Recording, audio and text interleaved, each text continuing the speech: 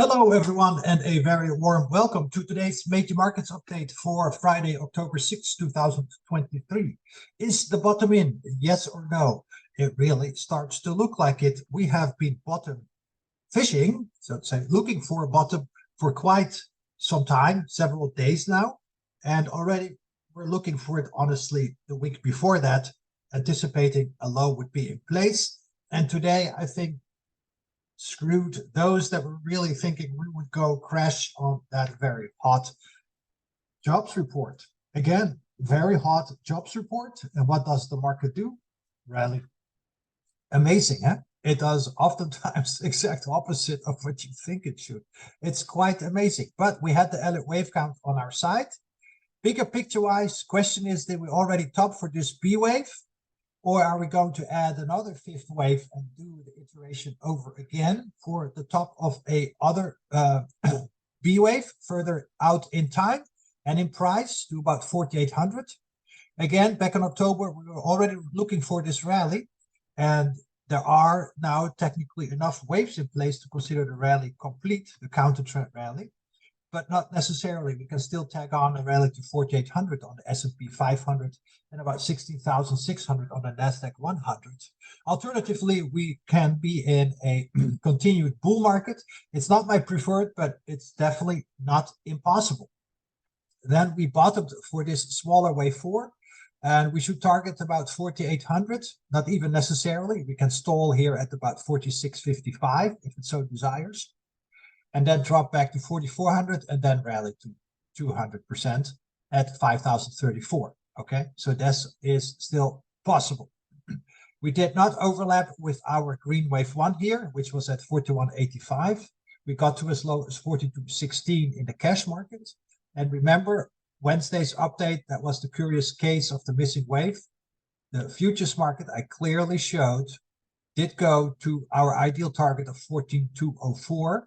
4204, which is the 1.236 times extension of the A wave measured from the top of the B wave. We start off with the CSA relationship. All right, we don't know what the extension is going to be, but you start off with the CSA. Potentially C is 1.618, but by then, of course, we would completely overlap with this wave 1. So the most common is CSA, and then over time you adjust accordingly. Okay, that we back. Excuse me, in August already knew we could target 4270, and you get 4205 is an amazing, accurate forecast. If I may say so myself. If you think differently, that's fine with me too, but good luck. So let's go straight to the charts. I want to pull up a few old charts I haven't done anything with. This is the regular NASDAQ, the Comp Q. Okay, I have not changed anything on this chart. This one goes back to about August 2020. All the waves are accounted for into the 2021 high. Yes, we have now not made a new all-time high in almost 2 years. That's quite astonishing. Please remember, okay? And then we labeled the October 2022 as A, B, 1, 2, 3, 4, 5. This is what I mean with we could see another 5 waves higher for this C wave of a B wave to complete. And as you can see, so far the NASDAQ bottomed right here at 100% extension. It topped almost at 161.8% extension. Nothing out of the ordinary. This is so far a standard Fibonacci impulse pattern on a bigger time frame. So that could then also mean, of course, for the S&P 500 that the next top, 4,800, is the B wave top. Right, so the initial sign was this is the B wave top, but we can easily extend to here for a 5-wave C wave, a more protracted, more pronounced, more clear C wave that is following a standard Fibonacci-based impulse pattern. So far, nothing out of the ordinary going on. We bottomed here right at the 100% extension. All right, a little bit of overlap here to the upside above and a little bit under here, but nothing out of the ordinary. So now we're simply going to see, is the low in place, or are we going to see one more lower low? I don't think so. If so, so be it. But that should then be really it. We have lots of positive divergence. I just wanted to show you this chart. I had not updated it in weeks, if not months. Same with this one. As you can see, I have a lot of charts that I track, and eventually I update them and relabel them. This one goes all the way back to July. Back then, as you could see, I was preferably looking for a bottom and then a rally and then a drop. And we got the bottom, we got the rally, okay? But that was not the fifth wave. The fifth wave had already topped. And here you can see what the ideal red wave 4 target zone is. Again, I've not updated anything. It's very illegible, honestly, right? Lots of overlap and clutter and all those things. You kind of can see how my brain works here. But so far, we bottomed right here, this ideal red wave 4 target zone. If you can read it, there, I'll annotate the chart for you, right? Here's the wave 4, and this is the target zone right there. So far, nothing out of the ordinary. Please also note that 1, 2 in green, 3, 4 in green, and then here 5 in green. I was unfortunately off by 1 minute wave. As always the case when you start looking at the last final little scribbles. Targeted the 200% extension, which overlapped with the 161.8. So the fifth wave in green normally goes to the 200% extension, right? It did it pretty much to the T. The third wave in red also goes to the 161.8. It pretty much did it to the T. Massive, fantastic, beautiful Fibonacci overlap, as you can see, okay? So this will take off the chart, and then we just adjust this slightly there, and then we have the 3 and the 4 and the 5 completed. There's always the problem with the last final scribbles to the upside and downside to know, is it the last fifth wave or did the fifth wave already top? So there, and then this is the 5, all right? So we didn't get that sequence anymore. Again, can be wrong once in a while because of sometimes some symmetry that throws us off or not following exact standard Fibonacci-based impulse pattern. Anyway, so here's the wave 5, nothing out of the ordinary. Here we target about a 76.4% retrace. This is your B wave target zone, right? So then we have C here for the regular NASDAQ. Oops, sorry. C, and then B. And will get us to about a 76.4% retrace. Nothing out of the ordinary, right within the target zone. You start off with 50 to 60. That'd be ideal, picture perfect, right? That's just Fibonacci beauty. But 76.4% is fine too. You can even go to the 88.6 or even become irregular. You've seen irregular many times. Just wanted to show you, so far, nothing out of the ordinary. This is then the updated, more detailed chart, as you can see, with all the tiniest of waves in it. And we might have had a failed fifth wave on Tuesday. The futures market almost made a lower low, and the cash market didn't. I wouldn't be surprised if that's the case. I'm fine with it. We have all this positive divergence developing. As you can see, the MACD is on a buy. That is the first time since August. So you can see here, money has been flowing already back into the market since late September. Right, as you can see here, positive divergence, positive divergence, positive. I've been hammering this home.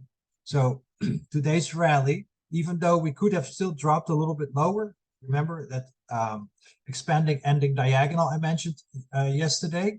Let's see here, expanding ending diagonal. It is very rare. That's what I mentioned, and we shouldn't rely on it for our trading cues because I really don't like them. And I think today proved my case that indeed the markets were much closer to a low than to a high, right? So again, it's a rather construed to see an EED. So if you have difficulties with interpreting what I'm reading, I am simply interpreting and reading the charts based on the Elliott Wave. And if something is rather construed, unlikely, I would not bet on it. We did get downside, but the downside was a picture perfect wave 2. More of that in a moment, in my humble opinion. So we all were forewarned because I even wrote some indexes might have already bottomed, right? That is so far so good. And I think today was a good day. This is then the leading diagonal 1, 2. As you can see here, we bottomed right here in the ideal wave 2 target. So yes, we go in that sense whipsawed, but we had a nice ABC. All right. At today's low, we closed the gap, 76.4% extension, and we took off. And honestly, this has nothing to do with any of the news. This was just a knee-jerk reaction. Market held support, rallied real strongly. And I said, if we go above today's or yesterday's high, that's what I said on Thursday. So if we would go above Wednesday's high, we're going to go to the low 15,000s. It's right, right here to the low to mid 50,000s. A breakout above yesterday's high will confirm this option, the 1-2 I just showed you, and target the low to mid 15,000s. All right, and that is exactly what we got. So this was a super easy trade from that sense. It broke out, and you got to take the trade. And where did we get? 15,020 so far. We're 21. Low 50,000s, nothing out of the ordinary. That was the cube. I had to sit on my hands, honestly, to not short the market. What did I do instead? I sold puts, so I shorted puts, betting that the market would not go below certain lows. Okay, I went kind of out the money. Anyway, that's the way to go. But then you get the breakout. I bought calls, options. It'd be fantastic. Really good day. I put my money where my mouth is. So again, yesterday we said if we break out above Wednesday's high, we're going to go to the low 50,000s. Exactly what happened. So far, so good. This looks like a nice 1-2 setup. Again, this looks like a leading diagonal. First wave, 3 waves lower, boom, higher. And now we need to stay, of course, above 14,800. Okay. Also here, the daily chart, we did fall a little bit short of an ideal CSA target zone. Market doesn't owe us anything, doesn't have to. There are technically enough scribbles in place to consider the correction complete at the previous low here. Okay, 1-2, 1-2, 3-4, 3-4, 5. Similarly to here, how did we interpret, which one was it here? Interpret this price action, the last tiniest of scribbles. How do we exactly interpret it? That's always the question. When we finally get to the last 4th and 5th waves, it's a tough one. Anyway, in the sense that don't bet on the 5th of the 5th wave. I wouldn't want to bet on it. Sometimes they extend, but most of the time that is not the most profitable proposition to deal with. At the 123.6% retrace, also here, picture perfect 4th wave target zone, upper end, 5 is 1, target 16,662. I wouldn't bet against it. Look at the RSI, it is now higher than it's been pretty much ever since the decline started. Okay, there we go. That's a good sign as well. So all stars align. The only thing I can come up with is that this is a 4th wave. As you can see, A, B, C into the target zone. We cannot go above 15,150. If we do, this entire alternative is off the chart. Okay, we're done with this one then. That's the only alternative. And from here, we're going to drop all the way back to the low 14,000s. This is the alternative. All right. I don't like it because this 4th wave is quite high. It should have kind of topped here, 23.6 to 38.2% retrace. We also gapped above here. So a lot of signs is the alternative. Again, above 15,150, alternatives off the table. Then we're going to go fully focus on the preferred wave. And I'm really running out of bearish options. Almost there for full confirmation of the bearish, bullish resolution. Dow Jones, yes, it can still do a 4 and a 5. Dow Jones don't necessarily have to do what the other indexes do. Again, lots of positive divergence, good takeoff. I like it. Alternatively, again, with today's lower low, we have picture perfect 5 waves lower for green wave 4. Look here, 3 of 3 bottom where it had to, 4 of 3 topped almost where it had to, fell a little bit short. 4, 5, picture perfect. Okay, so we could see this alt 4, alt 5 transpire. That'd be quite something. And the very bearish option is 5 waves lower. If we're going to see 5 waves lower, ouch, that's going to be bearish. Okay, so also here, bulls are not out of the woods at all. We need to break above 34,000. That's the line in the sand. If we go above it at any time, I'm going to look for that. This is bearish line.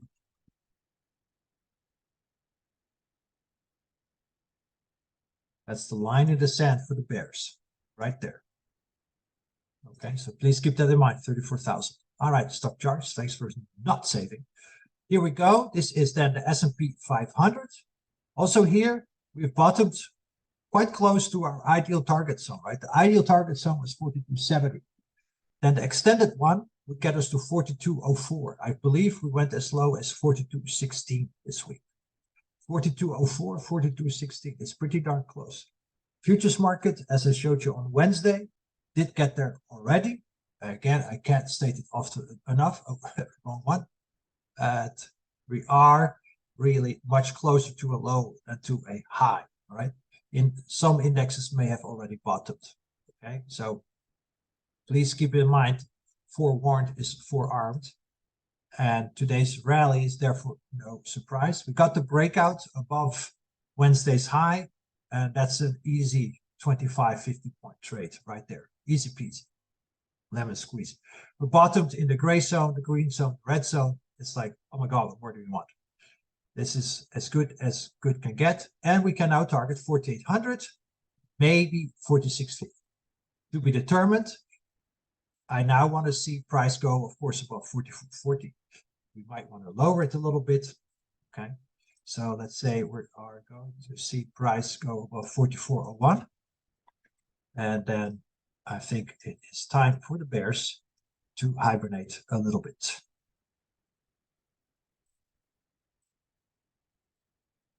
This is the impulse I'm tracking. Then indeed, this was the leading diagonal. All right, that's then the leading diagonal. Okay. As I mentioned in yesterday's update, that is a leading diagonal. 3, 4, 5 for 1, pullback for 2, and then 3, 4, 5, etc. Okay. We do need, of course, to break above resistance. 44.01 would go a long way. The NASDAQ100 is already much further along. It's very close to the 44.01 equivalent. But this is kind of what we're looking for. I drew these boxes in for 3, 4, and 5. So far, so good. Then we had a nice ABC lower. And remember, if this indeed was a leading diagonal, right? We're not entirely out of the woods just yet. That the retrace of a leading diagonal often goes back to the start of the diagonal, which is the second wave. Because that's where the market determines I'm going to make it into a leading diagonal. And that's what we did. Exactly. We went back all the way to the start. What do you get when a leading diagonal completes? A very strong reaction. It's such a strong reaction. And as you can see, we have, of course, plenty of massive positive divergence, but we already pointed it out ages ago, so no surprise. Alternative, similar to the NASDAQ 100, is that this is indeed a larger fourth wave. And from here, we're going to crash again into the low 4200s, 4160s. Okay, it's possible, still possible. Don't like it. Just don't like it. I'll show you also why, based on sentiment and market. Semiconductors, we can still make the case here for this construed complex wave 4. It's possible. Semiconductors above 35.20 and lights out for the bears. In my humble opinion, that this decline is complete, and we should then have this impulse higher up the way. Okay, very simple. Fits with the daily chart, starts to look reasonably bullish. Lots of positive divergence. Here, the MACD has been on a buy for 3 days now. That's a pretty good sign, and we're getting very close to the validation level. That there is not going to be any downside. And we bottomed also here, right, in the ideal wave 4 target, so nothing out of the ordinary. IWM definitely went lower than I anticipated. Again, we can't get everything correct to the T all the time. 174 would have been ideal, okay? And we went to as low as 169. So far, it looks good. Also here, double to almost triple positive divergence. At some point, it's got to matter. Right? It's got to matter. If not, then I think all hell will break loose. If a market can't rally on this type of divergence, oh boy, I don't know anymore. We had divergence, for example, here, okay? As you can see, massive divergence. And we had divergences here, here, here, all right? So this matters, and it will matter. It's a condition, it's not a trigger. And this one has a lot to prove, We need to get above 181 to confirm that we're going to go to 196, potentially about 206 for the bigger B wave. Market breadth, this is the bullish percent index for the S&P 500. We have data since, I believe, late 1995. So it definitely doesn't cover all of the stock market. But what we do know is that reversals from below 30 to back above 30 are often very good signs that the low is in place. They don't happen too often. We have about a dozen occasions, and most of the time you get really strong rallies, sometimes just a bounce, but it's often much closer to a low than to a top. This is the McClellan oscillator. We've been tracking this one for a while for the positive divergence, which was similar to that between September and October. We had double positive divergence, and today's McClellan reading is very good, still negative, still more stocks were declining than advancing, but it's now almost zero, and we have a pretty good reaction. So again, this doesn't confirm the low is in place, but also here, this is as good as it gets. Here you were also forewarned that the downside was most likely done. A market can have a lot of negative divergence, by the way, just to point it out. It can have a lot of negative divergence before it matters. It's simply that the last Apples and the Googles and the Microsofts hold the market up, but positive divergence often kicks in much quicker than negative divergence. This has been brewing for a while. I like it. Also here, we have additional evidence pointing towards a low being put in place. This is the summation index. It's the McClellan oscillator from yesterday, added to that of the day before, and we add today's reading, etc., etc. And we're starting to bottom out. Remember, this is the ebb and flow indicator, and we have bottomed. The bay is dry. It is time for the bay to flood again and to get flushed with water, which is liquidity, etc. We have very low summation index reading, lower than we had in March, getting quite close to what we had in October. How much more do you need it, right? That's the whole thing. Well, look here, every time we get so crazy oversold, we're getting very close to low. And then we can just simply wave count based on closing prices, okay? Look, here's my cursor. This is the top in August, 1. And this is wave 2, A, B, C, picture perfect. Okay, that's wave 2. And this is 1 of 3, 2 of 3, because an update in a downtrend is corrective. It's a second wave or a fourth wave. 3, 4, 5, picture perfect. And then we get 2 updates here, I believe it is. This is the wave 4. So 1, 2, 3, 4, 5, wave 3, 4. And then wave 5, I can only count 3. Again, you can't capture every single wave, but in essence, we have captured out of 1, 2, 3, 4, 5, 6, 7, 8, 9, 10, 11, 12, 13, 14, 15 waves. We've captured 14. That's pretty darn good. And this is a good, strong reversal. So also here, based on simple closing prices, it looks like the price action is done to the downside. Also here, I don't have data for today yet, but we got this fourth wave type of pop. And again, drop back in the ideal bottom zone. So we can start this process all over again to get a new buy signal.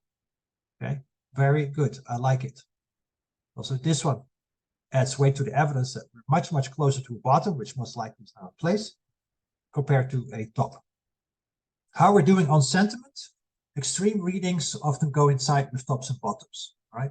So here is the active money management exposure, quite low. It's almost as low as we were here in August. And all these readings below 37.5 coincide most of the time with significant lows. Conversely, of course, these high readings coincide with highs. So it's the extreme readings we want to look for, especially above 100. Those are very good signs. Especially below 37.5 or 25 even. That's really extreme. But this is quite a underexposure for money managers, which are well below the average of about 70% exposure. Now that average has been dropping for a while for some reason, as you can see here, since 2020. They're definitely reducing average exposure. That's fine. We just want to make sure that we capture extreme readings. How are mom and pops doing? The individual investors, right? The previous one are money managers, professionals, they are also, of course, prone to sentiment. And these are, of course, our contrarian indicators.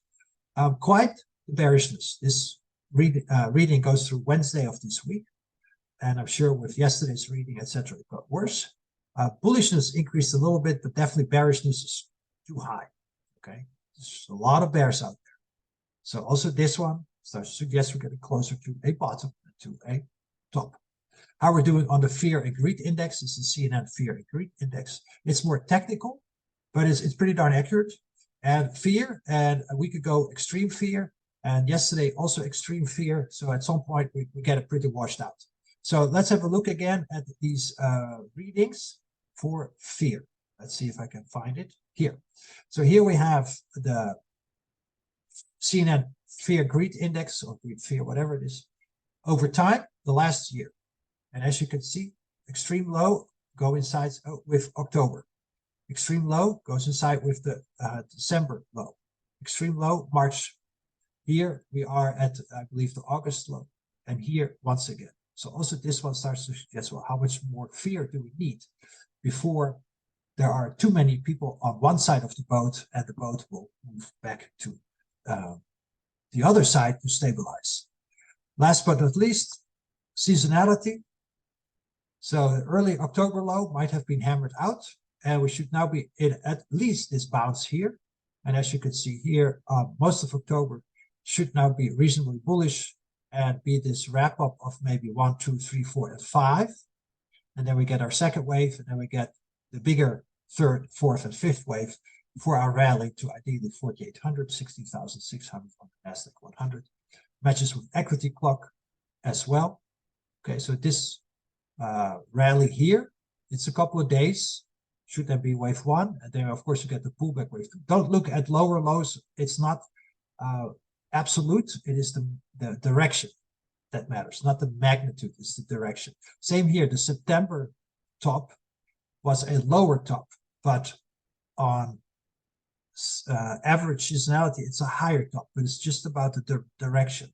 Okay, so we don't cue off too much on, oh my God, oh, October here, we're going to crash. No, this is going to be direction. It's going to be down. Direction is going to be down. As you see, there's a little bit of difference between season X and equity clock. I don't know which one is right or wrong.